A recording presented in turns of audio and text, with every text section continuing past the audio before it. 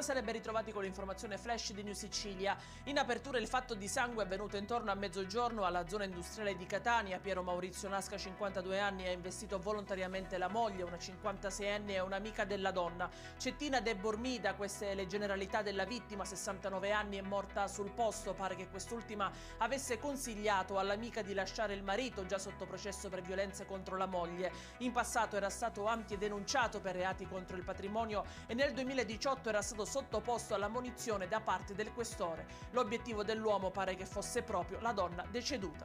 Indagato per duplice omicidio stradale il 42enne che a Favara ha tamponato la Fiat Panda su cui viaggiavano due anziani, Giuseppe Nobile, 75 anni, e la compagna Calogera Stella, di 70 anni, sono morti carbonizzati.